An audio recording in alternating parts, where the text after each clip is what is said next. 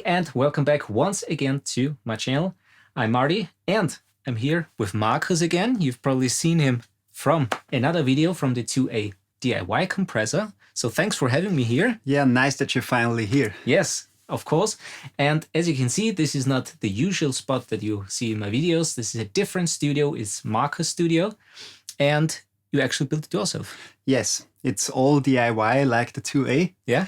And yeah, it developed actually. We started to record my own band here in the other room. That's now the recording room. So you have two rooms now. Two rooms, a recording room. It's the bigger one with like 20 square meters. And here's the control room.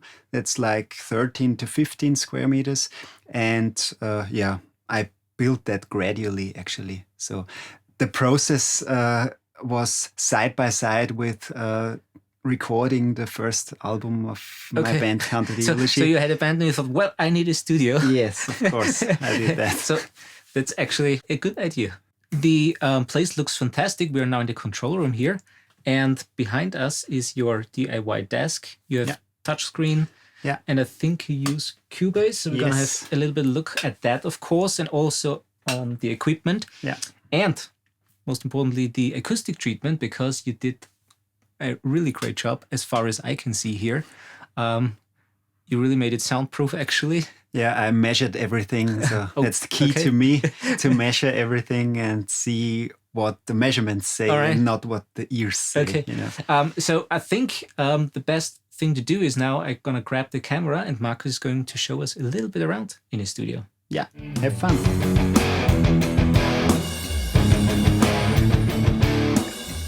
All right, so we are now here in the control room and I'm very interested now in the acoustics because you did everything yourself. Yeah. So tell me a little bit about what you actually did and how you did it. Yeah. The main problem with these small rooms, I would say, is the bass frequencies. And in order to overcome that problem, I lowered the ceiling. In the middle, it's 35 centimeters lowered from the original ceiling, everything filled with rock wool. And on the sides, it's even 45 centimeters, so even 10 centimeters more. And that helps to capture the whole wave of a bass frequency because you've got no boundaries where the frequencies can surround an absorber. Okay. So you have a whole boundary of the room that's absorbing, and that actually helps a lot more in doing a dampening to the bass frequencies than it would if you only have, let's say, absorbers in the corners of the room. Bass traps. Bass traps, yeah. Right. I've seen you also have a cloud here. Yes. Above the desk. The cloud and these two absorbers are mainly for early reflections.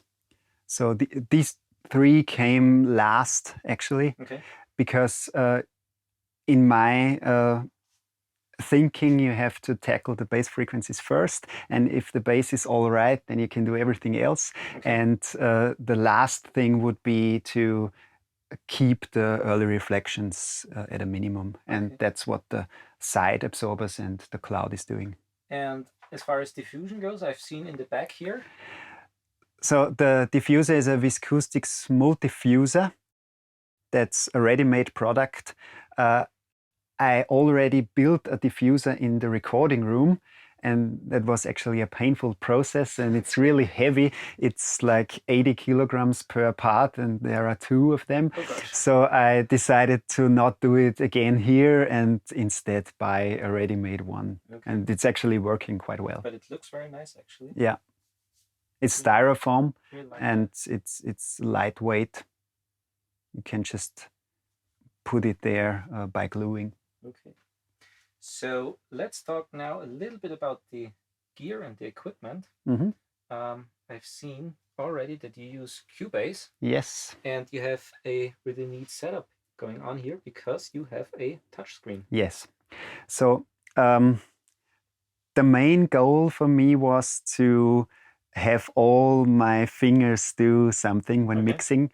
And since a console was, at least the consoles that I would like to have are way out of my budget. So I decided to try touchscreen. And in the first 2 years of trying that, actually, I tried it with Cubase itself. Okay. So the Cubase mixer, I can show you here if you want to. You've got the Cubase mixer here, and you actually got a very neat channel strip where you have EQ, compressor, gates, everything inside this virtual mixer. So that would be perfect for a touch screen. Unfortunately, Cubase is only single touch, which is a major drawback for me because you can only move one fader at a time, and there's no point in doing that if you get a touch screen. And the controls are quite small. So if you look at the EQ controls, for example, you have to be very careful to not dip 10 dB by 1 or something like that. So you can use it, but it's not the perfect way to do it. Okay. And then I came over a software that's called D-Touch from Devil Technologies, which is a software touch interface to Cubase. And that one is actually quite good. Ah, all right. So you have 10-point multi-touch, and you've got fine fader modes and everything like that. Much more comfortable in using. And you also got an iPad here? Yes, that's for shortcuts mainly. So I've got shortcuts for the different monitors, for the NS10s and the AMS to switch between them. And yeah, I've got shortcuts for everything that I do on a regular basis, actually. Very nice, very nice. Well, let's go to the rack here. Maybe let's start off with the left one. Yes. The first one is a Art Pro channel, yeah. That's my go-to bass compressor, actually. I don't use the EQ that much, and I also don't use the preamp that much. I'm just using the compressor. I switched the tubes in that one to NOS tubes from RFT. So it sounds much better to me, and I'm using it as an opto compressor on bass guitar most of the time. Yeah. Then we got an old friend here.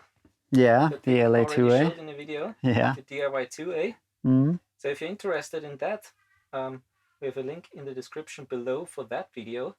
It's a very neat and very nice built compressor from Marcus. So check that out. And then we got also the Stam 76. Yes. Which we have also a video there. So just click on the link below and see yourself how it sounds.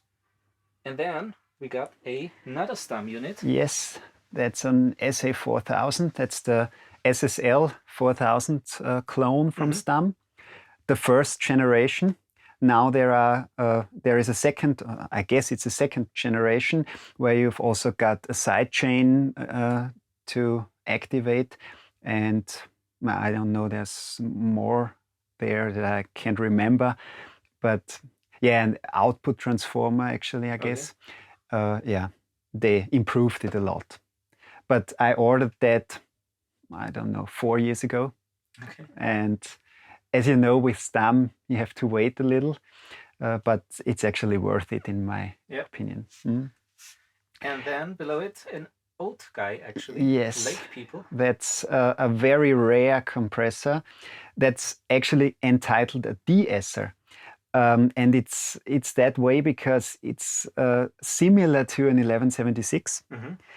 It has very fast attack times, and that's why they entitled it de-esser, because you could actually de-ess with it. But it also has a compressor mode. So you've got the mode here, you've got the in mode, that's the normal compressor mode, and then you've got the de-esser if you flip it to the left side. And you can stereo link it. I'm never stereo linking my compressors, actually, because I don't like that. So dual mono. Dual mono, yes. I like the different behavior. It's not much, but it sounds a little bit different. I think also CLA does that. Yes, yeah. Most of the guys I know do that, yeah. And yeah, that one, I don't know, it's a very low serial number. I think it's something in the 1-digit range. These two. Nice. I got these from a guy in in the surroundings of Frankfurt in Germany.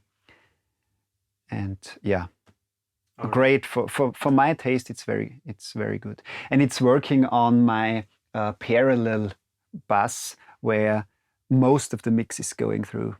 So very similar to the rear bus, for example. That's famous for Andrew Scheps. Then let's move on to the converters here. Yeah. I think you have a Focusrite. I've got an old Focusrite, yeah. It's a quite cheap unit, but it sounds, yeah, good. It's not perfect, but it sounds good to me. I'm starting to change the converters, actually. Okay. And I don't know at the moment, but I think I'm going to switch to the RMEs. That's also an old guy, the RD8DS. That's the 96 kilohertz. And I guess that's the second version now. You've got version 4.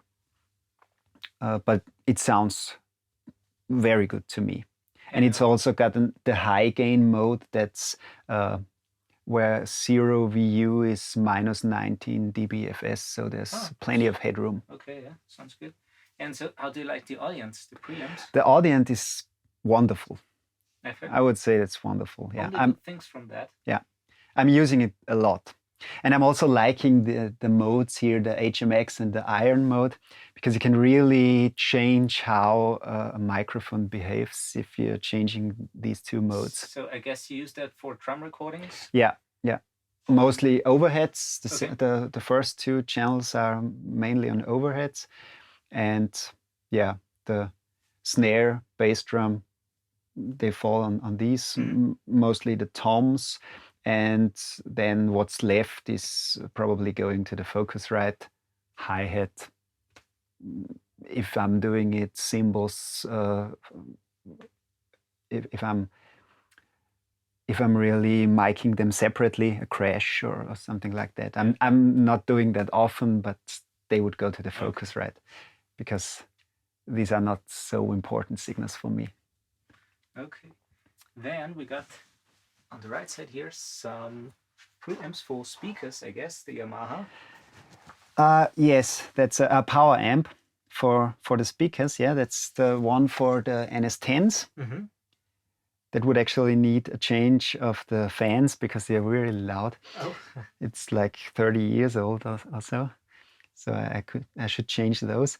And then I've got the Alesis RA500 that's switched to mono at the moment because it's only driving the one Aura clone that I built myself over there, where I'm checking mono signal. And sometimes I'm starting with that one and try to get the balance right on that single speaker, and then I'm switching to the mains. All right. Yeah. And then maybe let's go to the first one, the Lexicon here, FX unit. I have the same. Yeah. Yeah, I'm not using it for mixing much. I'm using it for tracking mostly. So I'm having the comfort reverb for singers and delays for guitarists and stuff like that from that unit. Because then I can direct monitor from my RME. I've got a RADAT RME card in the PC, and then I can use the direct monitoring features and don't need Cubase for monitoring. Well, I use it for mixing sometimes on the drums, snare drum. I think the delays and reverbs do sound quite nice. Yeah. And for the price, actually not that bad. Yeah, it's a bargain. I think I bought it for 90 euros. You can't complain about that. Okay. Yeah. And we got a very pumping. Yes, that's the Lindell. That's on the kick and snare bus. So parallel bus to kick and snare, where I'm crushing those two. And looking for a lengthened decay of those two. So it's really doing like 20 dBs of gain reduction, and it's only mixed in like minus 30 dB to the whole mix. And yeah, and the 500 rack needs to be filled up, as you see. A hole in a rack is Yeah. not good. No, not looking nice, but budget is constraining me here. Yeah, and then there's a unit which I really like. I'm using that on my backing vocals and spatial bass, where some amount of the reverbs and delays are going to, and all the backing signals and everything that needs to be on the sides of a mix, because you've got the width knob here, and you can actually do a 150% stereo width directly on that unit. Okay. And it's sounding better to me than doing it with a plugin. Oh, that's interesting. And yeah, that one is from the designer of the original Joe Meek, Edward the compressor. And he did, with his own company, he did that P38. I guess the Edward is called the P8. And then he, as a reminiscence, he did the P38. And it has 4 models. I'm mostly using the original, the 4 model is the Joe Meek, the Edward model, but it also has VCA, FET, and Opto models, which you can switch here. Yeah. Right. Then let's go finally to the speakers. I think that's the last bit of equipment here. Yeah. My trusty Ames Black TV, the 4th edition, if I'm correct. These are coaxial speakers. I'm really liking coaxial because you've got this point source, actually, where all the frequencies are coming from the same point of the speaker, and it gives a very nice stereo image and depth to the monitoring sound. Yeah.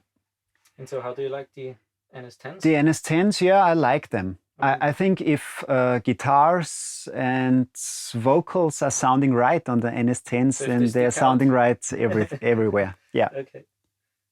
Yeah. And the mono speaker just for leveling mainly, yeah, and mono checks. Okay. Because that's real mono. It's not just phantom mono where you would use 2 speakers and switch to mono on your controller, but it's real mono, and that's a difference. If the acoustic is not perfect to 1000%, I would say it's a difference. Yeah. All right. And finally, also, don't forget the couch. Yeah. Sorry. For the clients.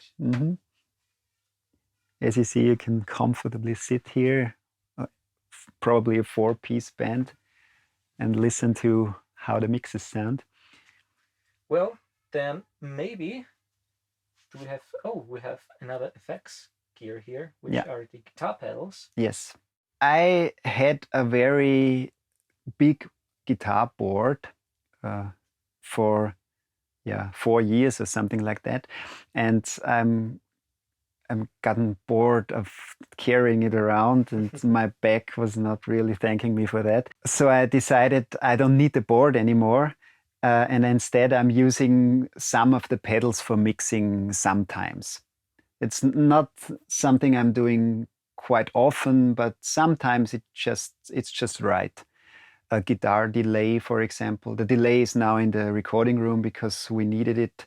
We just recorded the last guide tracks for my band 3 hours ago, so I needed it over there. But I would mostly use the delay pedal because it sounds a little different than a plugin would sound. And from time to time, that's just right. Okay. All right, so I would say we go now to the live recording room. Yeah. And check that out. All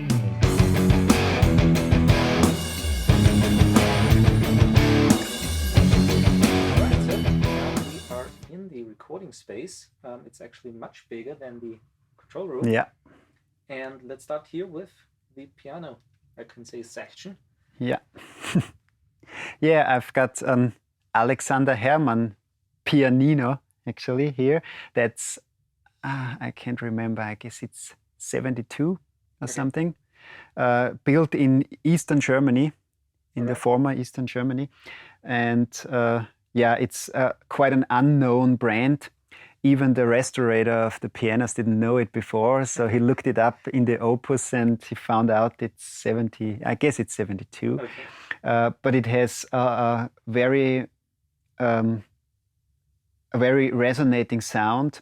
It's got a heavy block inside, so it's not just some cheap one, but it's really sounding quite good.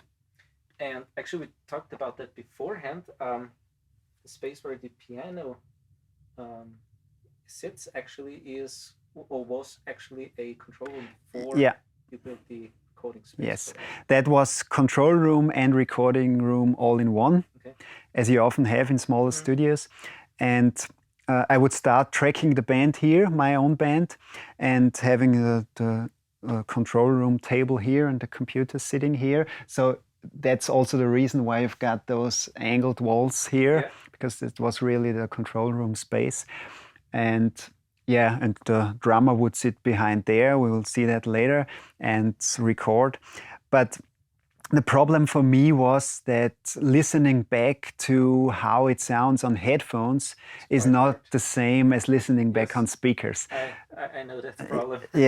And so I decided to opt for a real control room. Then you got also a old synthesizer? Yeah, that's mostly for MIDI parts. And as a control keyboard, actually. All right. Then another couch. Of course. That's probably the first thing that will be thrown out if another amp or something is coming. If you need more gear. Yes, if I need more space. But it's comfortable for rehearsing or something like that. All right, then let's talk a little bit about the guitar amps. So you really like the Hiwatt. Yeah. As a big David Gilmour fan, I was drawn to Hiwatts early on. And I found one in the surroundings used. That's one from the early 70s. You can see it's a DR504, so the 50-watt version. And it only has the 2 inputs. The newer ones that are from the middle and late 70s would have 4 inputs, and the 100-watt version 2. But that one is older. And when I bought it, it actually had the original tubes inside. Power tubes and preamp tubes. They were not blown out? No, they were still working. And I played it for 1 year. And then the power tubes would start to suffer and then finally die. But I found a guy in the Czech Republic that's keeping a whole lot of old power tubes in his basement. And there are old RFT tubes inside that are older than the amp itself. The tubes are from 66 or something like that, and the amp is from the 70s. So it sounds great. And it's really important for me, because I found out, I tried newer ones, JJ power tubes that are specially built for Hiwatts, but it's not the same as the old ones. Because I suppose they are not allowed to use the materials anymore that have been used back then, and you hear that. It hums quite a lot more, and it just doesn't sound that deep and 3D. But the last thing I want to mention about the Hiwatt, I really used that one for touring too. But I got away from that because it's too precious, and then I started to use the Laney. And that's the live. That's a live amp, for me. It's also quite nice. It has a very British tone to it, very aggressive. And the story about the Laney is that when I started my first band, I had a really crap amp. That was a Marlboro amp, like the cigarettes that you could buy. Never heard of that before and never heard of that after, and it really sounded like that, you know. And I was looking for another amp, and I came across the Laney VH100R, exactly that model, and bought it because it was quite cheap with a 410 cab. I think it was like 800 euros or so back in 2004. And then when we started to abandon the old band, and I really didn't have any need for the 100-watt amp anymore. I sold it, unfortunately, and I regretted that ever since. And when I came across another of the exact same model, I had to buy it. And so that's why that's here. All right. Yeah. And the cap is the TT caps. The cap is the TT caps, yes. That's with Eminence, the Tonker speakers that are 150 watts each. Okay. So they really are built for the high watt, actually, because the high watt needs very high wattage speakers. It's 300 watts cap for a 50-watt amp. So it goes by the name. Yeah, high watt, yeah. All right. Then we got a bass. We got the bass amp of our bassist, yeah. I can't really say much about that one, but apart from that, he likes it. And that's also a DIY cab that he bought with the amp. And yeah, it sounds nice. Okay. Yeah. Cool. And on the other side, we got here a Marshall. Yes, the Marshall 6100 from our lead guitarist with the JCM 900 cab. The cab, I don't want to lie to you, but he told me once he got it from a well-known guitarist. I think it was it the... No, I can't remember. I know that it was someone who is well-known in Austria and Germany, at least, okay. From a well-known band, but I don't want to say the name now because I'm not quite sure. I'm not 100% sure. Yeah, but it has seen a lot of stages, actually. That's what I know. And it sounds great. Yeah. And then you also got some live stuff here. Yes, that's our live rack for the band.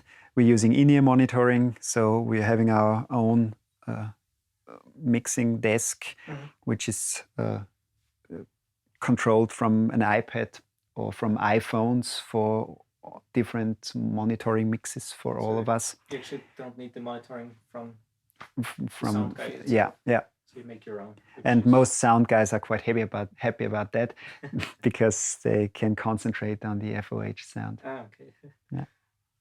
Yeah. And then there's just a headphone amp for studio recordings here that's fed from the control room over there, and every musician can turn the dials to his or her taste. So I've seen you have some guitars on the wall here. Yeah, mostly acoustics, as you can see. My main guitar is actually over there. That's the Stratocaster. You can see it over there. And here are the other ones. Sometimes I'm using the PRS. That's just an SE, but it's modded with other pickups. Okay. That's the Soap Bar 2, so it had Soap Bar pickups in it. And I wanted a guitar that sounds more like humbucker, so I switched the Soap Bars to humbuckers, DiMarzios. And yeah, I'm using that if I'm needing something heavier than the single coils from the Strat. Yeah. Then here's my first guitar ever. That one I bought with my first own money back in, I don't know, 2000 or something like that. Yeah, and it's trusty. It's not sounding so good, but it's trusty. And you got a 12-string? Yeah, it's a 12-string. It's also a cheaper 12-string Baton Rouge. That's for occasional overdubs, if you need a 12-string sound. And that one here is the better one of those four. That's a Furch. That's also from the Czech Republic. It's a clone somehow of the old Martins, because back when the wall was still up, the people in the Soviet Union weren't allowed to use any of the US gear, you know. Right. It was prohibited. And so the guy that started the company later started to build guitars in his basement, having the Martins and Taylors as his models. And so he came up with these, and they are really, really great, sounding really great. Looks very nice. Yeah. All right. And then we have a drum kit here. Yes. That's the studio drum kit. A Pearl ELX with a very great sounding bass drum. At least here in that room, it's sounding very big and deep, and I like that for most of my records. It has a snare from a custom builder from Vienna. It's not my snare, it's the snare of our drummer. He went to the custom builder and specified how he would like to sound it, and he built it for him. And it's really sounding great, yeah, with a great snap. So that's the microphone collection, basically. Maybe let's start with the last Stam gear I have here. That's the clone of the U87 from Stam Audio, the SA87. And I'm using that exclusively on vocals and sometimes as a far microphone on the bass drum. Yeah, but it's really... Have you already compared to Neumann? No, I don't have. I haven't got my hands on the Neumann yet, so I couldn't compare it. But what I can say is that I really like it from a sound point of view, because it's not harsh in the upper mids and highs. It's actually, if you hear it at first, it sounds a little bit dark compared to most modern microphones. It's modeled after the vintage one. Yeah, with the Sauter output transformer, but you know, you can have it in the mix and then lift the highs a little bit, just 2 or 3 dB, and it opens up completely. And I found that's something that you can do with that one, but I couldn't do that with Chinese microphones mostly, because they're getting too harsh. Yeah. So that's a vocal microphone, actually. Then we've got the Rhodes NT5s here. Yes, but with other capsules. These capsules are from Michael Jolly from the US. Okay. That's cardioid, and they are modeled after the Sheps, and really sounding great compared to the Rode, which are again a bit harsh for me. And sometimes I'm using that for overheads a lot and for acoustic guitar.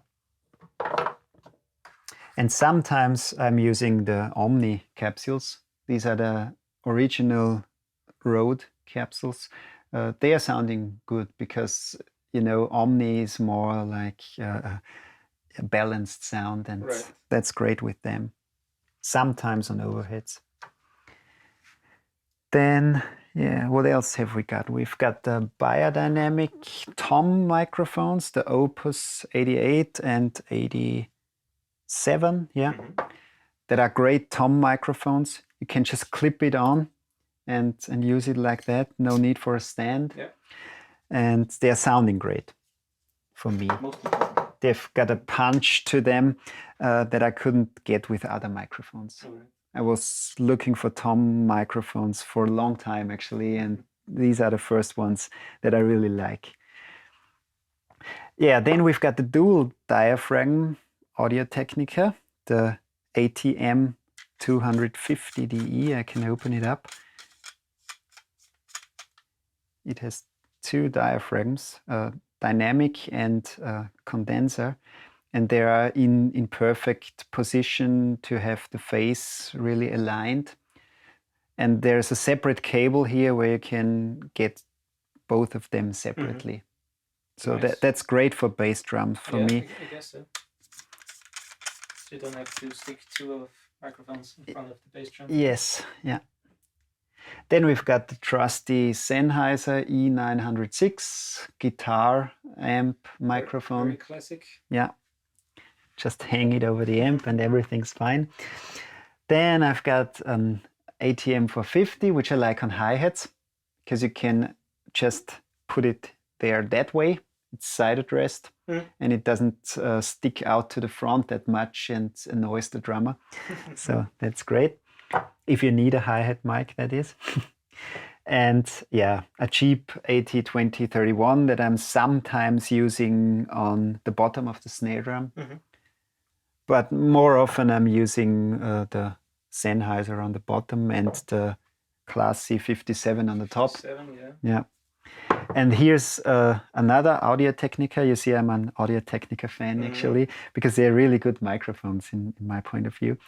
That's some microphone. It's very similar to the 57, but it doesn't sound so mid-rangey. Okay. It's a bit like it, but not that much. So sometimes we try that on snare drum too, or on the guitar cab, and it can work. So if someone of you is looking for another 57 that's not sounding so mid-rangey, you maybe try that one. It's not so, it's quite cheap. Yeah, and then we've got another DIY object. That's a Pronomic. That's the brand of a small music house, Kirstein, in southern Germany. I guess it's the same as the Thomann own brands. Okay. That's a ribbon microphone, a small ribbon. And what I did to that one is, on the one hand, I removed the inner mesh so that you don't have that much reflections inside. Just took it apart, removed the mesh, looked after the ribbon if everything's right, and it's not saggy. Yeah, that's it. And then I also changed the output transformer to a Sauter one. Oh, okay, nice. Because that really gives the sound some more depth. Yeah. And then we've got the C1000, the classy one. I have that too. Yeah. I'm not using that one much, but sometimes I'm using it for a mono room mic for the drums, or yeah, from time to time on the hi-hat. I actually started out with that on the acoustic guitar. Okay. Did quite a good job, but I think there are better options. Yeah. At least with budget microphones nowadays. Yeah, yeah, sure. But it still lingers here in case you need it. There's no point in selling it because it's just like short below 100 euros. So right. I'll just keep it either. All right, so that is now the diffuser that we've talked about in the control room. The heavy one, yeah, yeah. I built it over there in the control room when it was still a workshop and not a control room. And then I struggled with getting it over there because it's over 80 kilos. Yeah, and I even more struggled with mounting it on the wall because I had to have someone support it and then drill and get all the screws in. So that was quite a job, but it was fun building it.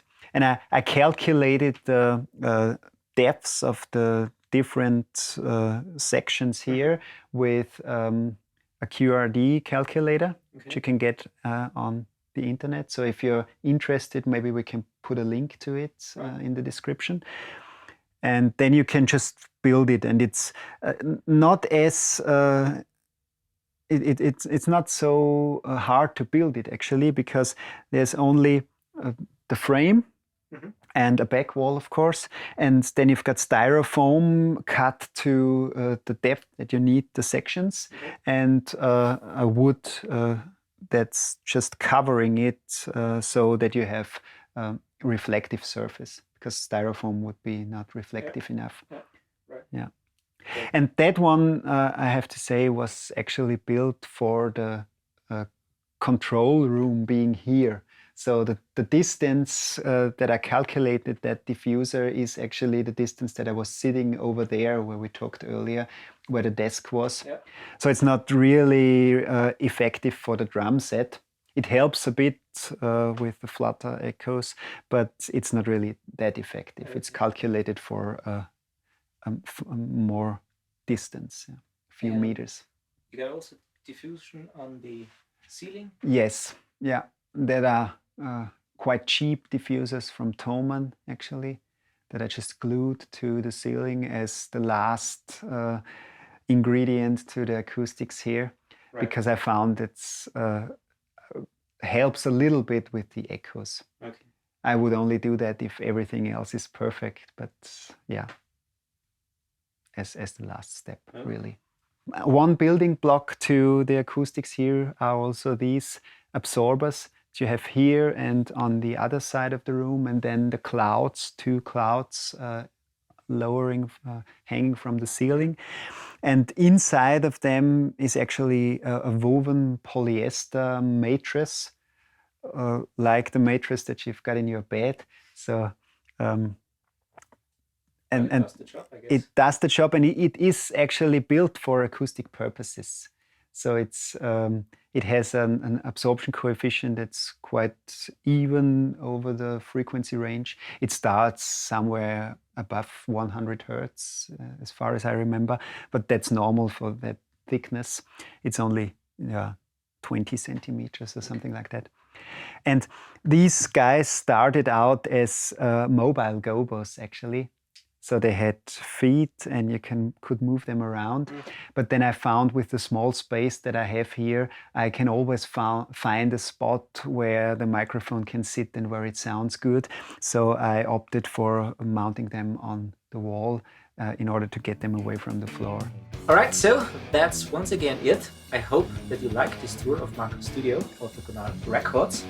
In the description below is of course his channel. If you have any questions, just leave them in the comments below. I guess Marcus will also try to answer them. Yeah, I'll be happy to answer everything. Right. So thank you for having me. Yeah, thank you for being here. And please subscribe to his channel. And as always, see you in the next video, and happy recording and mixing. See you.